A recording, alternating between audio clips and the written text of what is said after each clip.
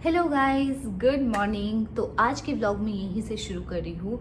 मैं सुबह लौटी हूँ फ्लाइट से। मैं गई थी कुआलालंपुर और अभी बज रहे हैं 11 क्योंकि मैं आके 2 घंटे सो गई थी। मैं कोशिश करी थी ना सो, बट देन जब आप टायर्ड होते हो और पूरा दिन जगे रहना पड़ता है तो थोड़ा मुश्किल हो जाता है। तो मैंने सोचा कोई बात नहीं, let's not be too hard on me, so let's just take 2 hours of nap. और अभी मैं उठी, अभी मैं जा रही हूँ प्रतीक्षा के घर, हम साथ में खाना बनाएंगे।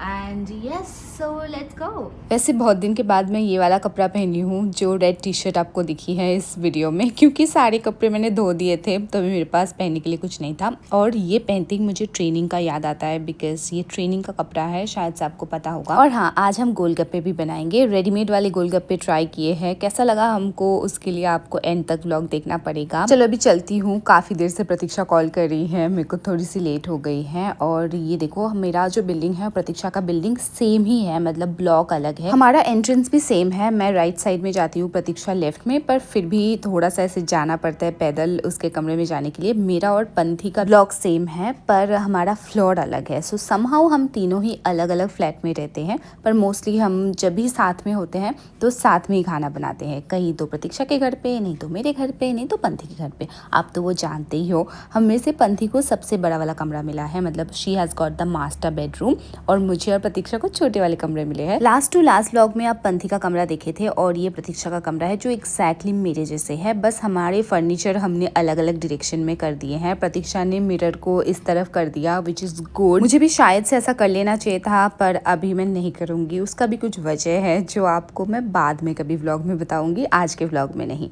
अभी चलो, हम लोग खाना बना रहे हैं। वे making dal chawal, that is the easiest and that is the best Pratiksha के हाथ का।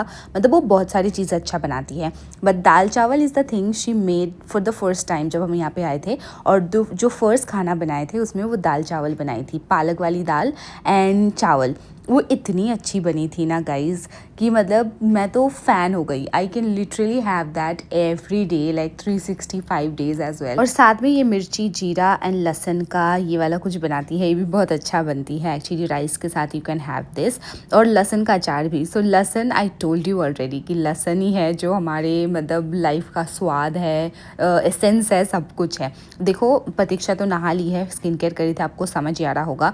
मैं भी सुबह आके नहाई थी, पर मेरे हालत देख के कोई बता नहीं सकता कि मैं नहाई हूँ, बिकॉज ट्रस्ट मी गाइज, जब आप वैसे 17-18 आवर्स के फ़्लाइट करते हो ना, और 17-18 आवर्स मतलब बस फ्लाइट टाइम नहीं होता है, उसके आगे भी हमारे वेकअप कॉल कुछ 4 घंटे पहले होते हैं, कहीं कहीं तो 5 घंटे भी पहले होते हैं, डिपेंडिंग ऑन कि कितने दूर रहते हो आप एयरपोर्ट से। और उसके बाद भी फ़्लाइट ख़त्म होने के बाद भी 1.5 से 2 घंटे तो लगते ही है घर पहुँचते पहुँचते। और सुबह के टाइम पे सबसे ज़्यादा ट्रैफिक होती है। Like today it took me 1.5 hours to reach my home, so it took me like 3 hours after my landing to reach home. So you can understand it's more than 24 hours sometimes, you know. और जब आप इतने समय जगे होते हो, उसमें बीच में ब्रेक मिलती है, ये भी शायद से आप सोचते होंगे कि 18 घंटे की फ़्लाइट कंटिन्यूसली कैसे कोई कर सकता है। ऑफ कोर्स नहीं कर सकते, ह्यूमनली पॉसिबल नहीं है, तो इसलिए हमें बीच में 4 से 5 घंटे की ब्रेक मिलती है। और हाँ, मैं ब्रेक में सो जाती हूँ, सो इसीलिए ही सर्वाइव कर पाती हूँ। अगर ब्रेक नहीं मिलता तो ऑफ कोर्स ब्रेक मिलने के बाद भी ना, जैसे ही 12 आवर्स 13 आवर्स हो जाती है ना, my mind goes crazy, your body, your mind, everything will go crazy. आपको कुछ समझ नहीं आएगी, ऐसा होगा। तो चलो, बहुत बता दिया फ्लाइट के बारे में, तो इसीलिए मेरे हालत थोड़े ऐसे है। अभी जब तक मैं रात को अच्छे से नहीं सो जाऊंगी तब तक, मतलब 8 to 10 आवर्स के sleep it's required after this flight, तभी जाके will get back to normal. पर जैसे ही हम खाना खाए, और इतना मस्त खाना बनाई थी कि मतलब हम दोनों सो गए थे 2 घंटे अगेन। आई होप कि रात को सो जाऊँ यार, शायद से मैं सो जाऊंगी, because I am still tired. Like we took 2 hours of nap, I kind of convinced her, and then we both were like contemplating कि सोना चाहिए नहीं सोना चाहिए, बट खाना खाने की वजह से पेट भर गई ना, इट वॉज लाइक अनबेरेबल। तो अभी हम ऑलमोस्ट शाम को उठे और शाम होने में बची है time, but yes we are happy कि एटलीस्ट शाम से पहले उठ गए हैं। अब यूनिफॉर्म देने के लिए जा रहे हैं। ये हमारा बेसमेंट है, कार पार्किंग एंड एवरीथिंग, और यहीं पे हम यूनिफॉर्म लॉन्ड्री के लिए देते हैं। और उसके बाद हम आए हैं आईब्रो, हम नहीं मैं मतलब हम दोनों साथ में तो आए हैं, पर मुझे आईब्रो बनाना है because look at my eyebrow. यहाँ पे ना दुबई में आईब्रो बहुत थिक बना के देते हैं which is good, is just that it doesn't make a lot of difference. मतलब आईब्रो बनाने के बाद भी मुझे लगता है सेम ही है, बट आई मीन क्यों अच्छा है, जब भी आप थिक बनाते हो ना आईब्रो, हमारे जैसे लोग जिनको आईब्रो बहुत ज़्यादा ग्रोथ है आईब्रो में और जल्दी ग्रोथ आ जाती है, तो हमारे लिए ग्रोथ ना मतलब धीरे धीरे आता है। फिर अब पतला बनाओगे तो ज़्यादा ग्रोथ दिखेगा आपको, एकदम इधर से उधर से उधर से, पर अब मोटा बनाओगे तो ऊपर से नीचे से थोड़ा बहुत जो ग्रोथ आएगी इतना ज़्यादा विजिबल नहीं होगी। So I end up like doing my eyebrow once in a month now because it's very expensive. It's like 25 dirhams और लाइक 21 दिरहम्स डिपेंडिंग ऑन कहाँ पे करा रहे हो। सबसे सस्ते जो है वो 21 दिरहम्स है which is equal to like 500 to 600 rupees. Kolkata में मैं आईब्रो बनाती थी 50 रुपीज़ में, वो भी सैलून में और अच्छे जगह पर, और वो महंगी मानी जाती है। नॉर्मली 30 रुपीज़ में बना देते हैं, मेरे वहाँ पे अभी भी 20 रुपीज़ में आईब्रो बनाते हैं। एंड आई एम श्योर कि कोई ऐसे भी जगह होंगे जहाँ पे 15 रुपीज़ 10 रुपीज़ में बनाते होंगे, मतलब यू नो थोड़े इंटीरियर में। ऑफ कोर्स मैं दुबई में एक्सपेक्ट नहीं कर रही हूँ कि 10 रुपीज़ में आईब्रो बनाऊंगी, of course not, but 600 is little too much. अभी हम गोलगप्पे बनाने की तैयारी में लग गए हैं। जो भी सामान चाहिए थे वो फ्रेश कार्ट से लेके आ गए, आप देखे हो। और यहाँ पे आने के बाद ना मैं रियलाइज़ की हूँ जो चीज़ें इंडिया में हम इतने वैल्यू नहीं करते हैं, क्योंकि चीज़ें इतनी आसानी से मिल जाती है, थिंग्स आर अवेलेबल, और जब ऐसे ही चीज़ें मिल जाते हैं ना आसानी से, हम थोड़े वैल्यू कम करते हैं। यहाँ आने के बाद मुझे समझ आई कि मतलब छोटी छोटी चीज़ें कितना ज़्यादा मैटर करती हैं।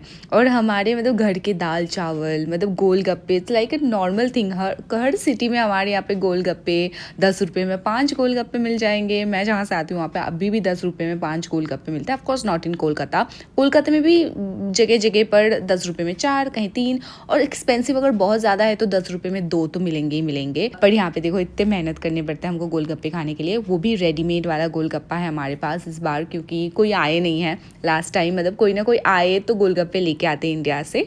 Literally like we get the puri, और बाकी ये सब तो हम तैयारी करते हैं, पर वो पूरी हमसे नहीं बनाई जाती है। पर अगर आपके पास कोई रेसिपी है, जैसे इंस्टाग्राम में, यूट्यूब में वो बहुत सारी रेसिपी देखी हूँ गोलगप्पे बनाने के, जो एकदम नॉर्मल जो गोलगप्पे मिलते हैं बाहर वैसी ही बनती है। सूजी एंड दे ऐड लाइक मैदा, मतलब रवा एंड मैदा, हम लोग रवा को बंगाली में सूजी कहते हैं। सो येस, रवा मैदा ऐड करके वो ऐसे क्रंची सा बनता है, मैंने इसे देखा है बट हमने ट्राई नहीं करा। तो अगर आप लोग ट्राई किए हो तो मुझे कमेंट सेक्शन में ज़रूर से बताना, तो हम लोग भी ट्राई करेंगे। अभी मैं बना रही हूँ इमली वाली पानी, इमली वाली मैं बनाती हूँ और ग्रीन वाली प्रतीक्षा बनाती है। पता है दुबई की और एक खास बात यह है कि यहाँ पे भली चीज़ें महंगे हैं, पर आपको हर तरीके की चीज़ें आप जो हमारे कंट्री में उगते हैं और हमारे कंट्री में भी वो नहीं मिलता, आपको वो भी इधर मिल जाएगी। सो इट्स लाइक जो वहाँ पे उगती है, हम लोग ऑफ कोर्स अवेलेबल है तो हम इतना ज़्यादा वैल्यू नहीं करते, तो वो एक्सपोर्ट होके आ जाती है चीज़ें। और यहाँ पे जब आप बाहर रहते हो, आप वो चीज़ें भी ढूंढते हो जो अपने देश में कभी हम ढूंढते भी नहीं है, कभी हम खाते भी नहीं है, कभी हम लेने जाते भी नहीं है। पर वो सारी चीज़ें भी मैं सुपरमार्केट में देखी हूँ, ऐसे ऐसे चीज़ें जो मेरे गाँव में मिलते हैं लिटरली, और आपको हर जगह नहीं मिलेगी इंडिया में, but those things are also available here you know in the supermarket. It's just that कि मतलब थोड़े महंगे, थोड़े नहीं, बहुत ज़्यादा महंगे हैं, but you will get like every sort of thing you can think of in Dubai, you know. That's also a very special thing about Dubai. अभी मार्च में 6 महीने हो गए हैं हम लोग को दुबई आए हुए, और क्या बताऊँ आपको मेरा एक्सपीरियंस, मतलब first 2 months were really difficult for all of us। फिर जाके धीरे धीरे हमने चीज़ों को एक्सेप्ट कर लिए, बट टू बी ऑनेस्ट मेरे को ऐसा क्लियर नहीं दिख रही है अभी सामने कि यहाँ पे मैं कितने दिन सर्वाइव कर पाऊँगी। Yes, we are still surviving. मैं ऐसे सुनी हूँ कि पहला जो साल होती है ना वो सबसे ज़्यादा मुश्किल वाली होती है, और हम अभी भी वो पहले साल में हैं। सो वो मुश्किल समय है हम सबके लिए ही, एंड वी एक्सेप्ट इट। बहुत सारी चीज़ें हैं जो मैं व्लॉग में नहीं शेयर कर पाती हूँ, जो हम रेगुलर फेस करते हैं बाहर रहते हुए, और बहुत सारे लोग फेस करते होंगे जो लोग अपने देश, अपने फैमिली से दूर रहते हैं, बाहर रहते हैं। सो यस, अगर आप लोग जानने के लिए इंटरेस्टेड हो मुझे बताना, तो कोई व्लॉग में मैं फुर्सत से बताऊंगी आपको। अब देखो, कभी दिन हम बहुत खुश होते हैं जब हम साथ में रहते हैं, पर कभी दिन वो मोमेंट आती है when you feel really low, और जब तबीयत खराब हो जाती है ना, दैट्स द वर्स्ट मोमेंट। तब आपको सबसे ज़्यादा याद आएगी अपनी फैमिली, अपने देश, और सब चीज़ों का आप इतना ज़्यादा मिस करोगे। So yes, some days we are really happy like today, you know, और like the last vlog, but some days we are really questioning. तो यस, ऐसे ही चल रही हैं अभी, और सबसे अच्छी बात यह है कि we have got each other. मैं इन लोगों को बोलती रहती हूँ कि अगर तुम दोनों नहीं होते, मैं 2 महीने में इंडिया वापस चली गई होती। So yes, thank you so much God for giving me this 2 beautiful girls who are like angels for me, और जिन्होंने मुझे बहुत हेल्प किए हैं मेरे इस जर्नी में। तो चलो, अभी मैं प्रतीक्षा के घर पे सो रही हूँ। आज के व्लॉग को मैं यहीं पे समाप्त कर रही हूँ। Bye, take care.